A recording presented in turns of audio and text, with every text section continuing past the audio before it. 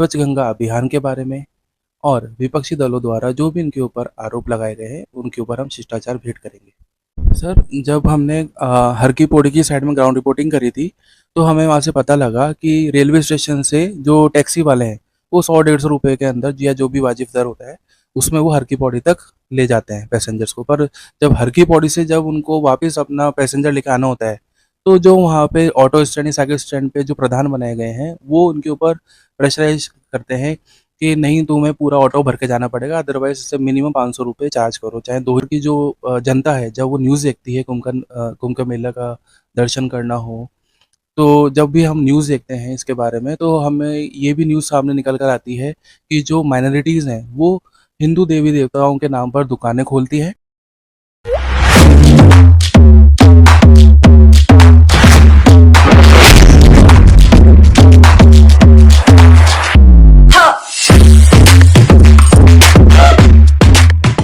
वेदांत सक्सेना नाम है हमारा और आप देखना शुरू कर चुके हैं वक्त की आवाज़ न्यूज़ चैनल।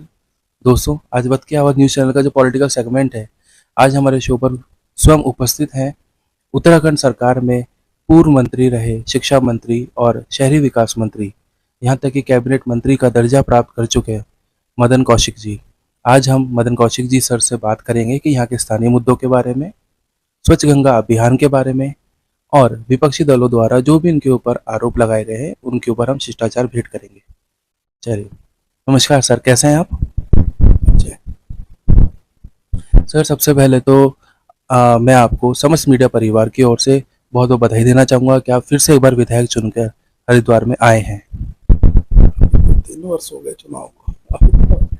बहुत पहले 2022 में चुनाव हो गए थे, जनवरी में। 2022, 23, 24 अब 25 आने वाला है। 3 वर्ष हो गए चुनाव। सर, मैं आपसे जानना चाहूँगा कि जो नमामि गंगे कार्यक्रम यहाँ पे आयोजित हुआ था, उसके तहत आपने हज़ारों स्कूल के बच्चों को एक साथ जोड़ा और स्वच्छ गंगा अभियान का आयोजन किया।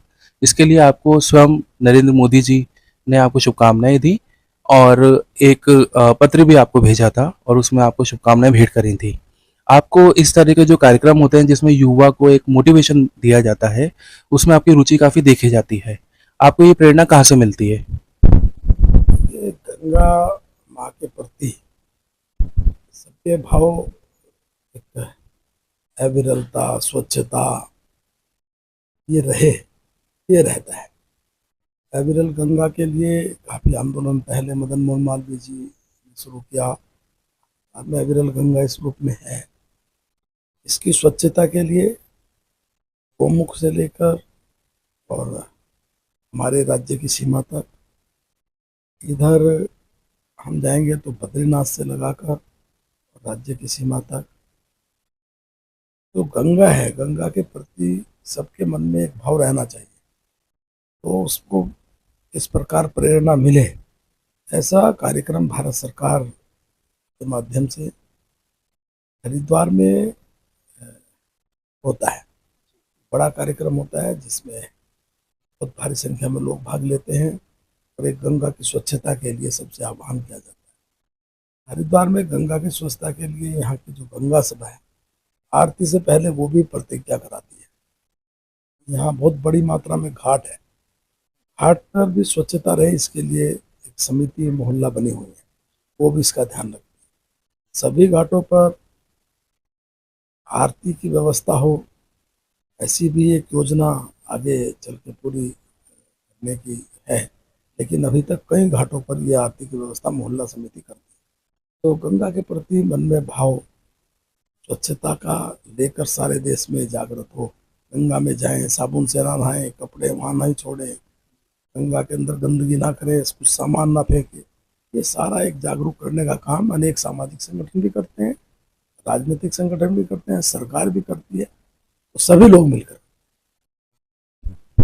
राजस्थान सरकार के अंदर एक्स डिप्टी चीफ मिनिस्टर है सचिन पायलट जी का ये कहना है कि Bharatiya Janata party caste census नहीं करवाना चाहती है, जबकि भारतीय जनता पार्टी के जो सहयोगी दल हैं, उनको खुश करने के लिए मोदी जी ने हजारों करोड़ों की जो योजनाएं थी वो लागू तो कर दी, लेकिन अगर कास्ट सेंसस नहीं करेंगे तो हमें पता कैसे चलेगा कि कितने लोगों को इस पर्टिकुलर योजना का लाभ मिला है और कितनों को नहीं मिला है। तो ये तो देश हित के लिए अच्छी बात है और हर 10 साल में हुआ करती थी। फिर अब क्यों जातीय जनगणना के अगेंस्ट में है? मोदी जी 2014 में देश के प्रधानमंत्री बने। 14 से पहले 10 साल कांग्रेस की सरकार है, उससे पहले 6 साल अटल बिहारी की सरकार रही, और उससे पहले मैक्सिमम कांग्रेस या उसके गठबंधन की सरकार। जो जनगणना का 10 वर्ष का एक आधार था, उसी आधार पर लगातार काम हुआ। कांग्रेस अपने 50 साल के कुशासन में क्यों नहीं कराया उन्होंने? देश को किसने रोका था? लेकिन आज केवल हिंदू समाज को बांटना है, अलग अलग करना है, इस प्रकार की जो मांग है, डिमांड है, मैं समझता हूँ कि वो अपनी डिमांड, अपने मांग को थोड़ा बढ़ाए। अगर अलग कास्ट की बात करें तो वो आज मुसलमानों में भी 36 कास्ट है, सब में अलग अलग करें। कितने तेली हैं, कितने काजी हैं, कितने कुंभे हैं, कितने धोबी हैं, कितने अंसारी हैं, कितने लोहार हैं, अलग अलग हैं सारे। तो समाज को तोड़ने वाली कोई बात, ये कांग्रेस के लिए सामान्य बात है। लेकिन समाज मजबूत रहे, ये भारतीय जनता पार्टी का हमेशा नरेंद्र मोदी जी के नेतृत्व में 10 साल में ध्येय रहा है। हर 12 साल में कुंभ का मेला आयोजित किया जाता है और अभी आने वाले सालों में मतलब नेक्स्ट ईयर ही 2025 जनवरी में कुंभ का मेला आयोजित होने जा रहा है। तो मैं आपसे सर जानना चाहूँगा कि जब हम हरिद्वार के बाहर की जो जनता है, जब वो न्यूज़ देखती है कुंभ का मेला का दर्शन करना हो, तो जब भी हम न्यूज़ देखते हैं इसके बारे में, तो हमें ये भी न्यूज़ सामने निकल कर आती है कि जो माइनॉरिटीज़ हैं, वो हिंदू देवी-देवताओं के नाम पर दुकानें खोलती हैं और अपना माल बेचती हैं, और पर लेकिन सर वो वहीं पर ही उनका थूकना और नॉनवेज बनाना, इस तरह की खबरें भी सामने आती हैं। तो जिससे सर हिंदू समाज जो है काफ़ी निराश नज़र आता है। तो इसको कंट्रोल करने के लिए आपके पास क्या प्रावधान है? अभी 2033 में कुंभ का मेला हरिद्वार में होगा। 2021 में हुआ था, उसके 12 साल बाद 33 में हरिद्वार में आयोजित होगा। अभी 2025 में प्रयागराज में महाकुंभ का आयोजन हो रहा है। 4 स्थान है जहाँ प्रयागराज है, हरिद्वार है, उज्जैन है, त्र्यंबकेश्वर है, नासिक। यहाँ 4 स्थानों पर हर 12 साल में कुंभ का मेला आयोजन होता है। हर 6 साल में अर्ध कुंभ का आयोजन। तो इस बार जो होना है वो प्रयागराज में होना है, हरिद्वार में नहीं होना। हरिद्वार में 2021 में कुंभ का मेला हुआ था। कोरोना काल में भी बहुत भव्य मेला आयोजन यहाँ हुआ कुंभ का। बहुत बड़ी मात्रा में श्रद्धालु भी आए, सारी व्यवस्थाएं अच्छी हुई, और आगे से उस मेले का संचालन उस समय मेरे हाथ में काफी रहा है। बाद में पार्टी का अध्यक्ष होने के बाद वो फिर दूसरे मंत्री ने संभाला। तो एक अच्छा व्यवस्था है। हरिद्वार छोटा शहर होने के बावजूद बड़ी व्यवस्था है कुंभ मेले के हम लोग करते यहाँ पे ग्राउंड रिपोर्टिंग कर रहे थे, तो यहाँ के स्थानीय लोगों से हमें पता लगा कि जो सर्वानंद अंडरपास है, वहाँ पर सड़क टूटी हुई है काफ़ी समय से, और एनएचएआई के जो अधिकारी हैं वो उसकी देखरेख नहीं कर रहे हैं। लोगों में काफ़ी आक्रोश है। लोग कहते हैं कि यहाँ पे आए दिन एक्सीडेंट होते हैं और गंभीर रूप से घायल हो जाते हैं। और वो साथ में ये भी कहते हैं कि जो यहाँ के एनएचएआई के अधिकारी हैं वो सिर्फ टोल वसूलने पर ही उनका ध्यान दिया है। तो आप इस पर क्या कहना चाहेंगे? किस तरह से आप इसको हल करेंगे? हैं।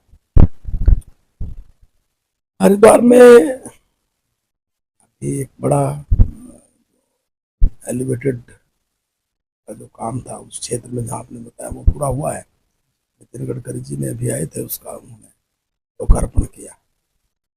ये जो सर्बानंद घाट के नीचे का, अगर हमें एनएच के इस रोड से उस रोड पे जाना है, उस पे जाने के लिए एक वो माध्यम है।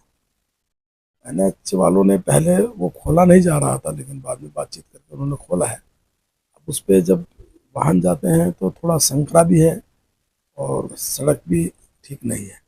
एनएच वालों से बातचीत हुई थी, वो करेंगे उसको, क्योंकि वो संकरा होने के कारण अभी उसको उस रूप में नहीं कर पा रहे हैं। लेकिन वो एक महत्वपूर्ण है।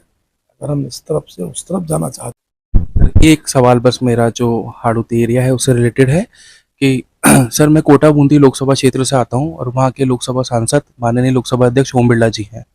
तो आप उनकी कार्यशैली क्षमता और संसदीय नेतृत्व को किस तरह से देखते हैं? और अभी आने वाले दिनों में उनकी जो सुपुत्री हैं उनकी शादी है, तो उनको आप बधाई संदेश में क्या कुछ कहना चाहेंगे? इन दो सवालों के जवाब मैं आपसे चाहता हूँ। हैं। बिटिया के लिए बहुत आशीर्वाद और बधाई। ओम बिरला जी एक मजबूत आधार नेता हैं।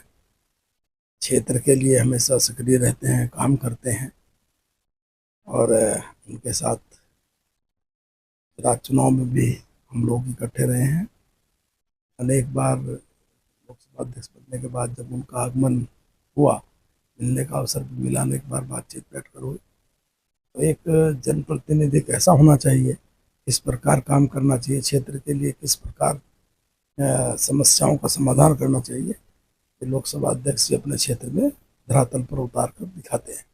निश्चित रूप से एक अच्छे राजनेता के तौर पर मैं उनको शुभकामनाएं देता सर, जब हमने हर की पौड़ी की साइड में ग्राउंड रिपोर्टिंग करी थी, तो हमें वहाँ से पता लगा कि रेलवे स्टेशन से जो टैक्सी वाले हैं, वो 100-150 रुपए के अंदर या जो भी वाजिब दर होता है, उसमें वो हर की पौड़ी तक ले जाते हैं पैसेंजर्स को। पर जब हर की पौड़ी से जब उनको वापस अपना पैसेंजर लेके आना होता है, तो जो वहाँ पे ऑटो स्टैंड या साइकिल स्टैंड पे जो प्रधान बनाए गए हैं, वो उनके ऊपर प्रेशराइज करते हैं कि नहीं, तुम्हें पूरा ऑटो भर के जाना पड़ेगा, अदरवाइज इससे मिनिमम 500 रुपये चार्ज करो, चाहे 2 ही सवारी हो। तो इस तरीके से दादागिरी से लोग काफ़ी आहत हैं और परेशान हैं। हूँ। देखनी पड़ेगी कौन सी लोकल कोई चीज़ें हुई होंगी, जैसे ज्ञान में आएगी तो समाधान कराएंगे बैठ। और उज्जवल भविष्य की कामना करता हूँ। सर, आप 2 शब्द हमारे चैनल के लिए कुछ कहना चाहें और जो हाड़ौती की मीडिया है उसके लिए? मैं वक्त की आवाज़ न्यूज़ चैनल जो राजस्थान से है, बहुत ज़्यादा तो आपसे जुड़ा हुआ नहीं रहा। आज आप मेरे पास आए, हरिद्वार में किसी काम से आए, तो निश्चित रूप से आपका चैनल जनता के लिए, उनकी मांगों के लिए, उनके अच्छे हितों के लिए आवाज़ उठाता है। और एक अच्छे चैनल के लिए ज़रूरी भी है कि आप सामान्य लोगों के लिए उनकी आवाज़ बने, सरकार का ध्यान आकर्षित करें, लोगों को उस सारी सुविधाओं का लाभ मिले। नीतिगत कुछ बातें ऐसी होती है जो इस प्रकार मीडिया के माध्यम से सरकार तक पहुँचे और सरकार के समाधान जनता तक पहुँचे, ये न्यूज़ चैनल का एक है। मुझे पूरी आशा है वक्त की आवाज़ ये उस पर खरा उतर रही है और आगे भी उतरेगी। बहुत बहुत धन्यवाद सर हमारे साथ जुड़ने के लिए। हम आपके उज्जवल भविष्य सज्जन की कामना करते हैं। धन्यवाद सर।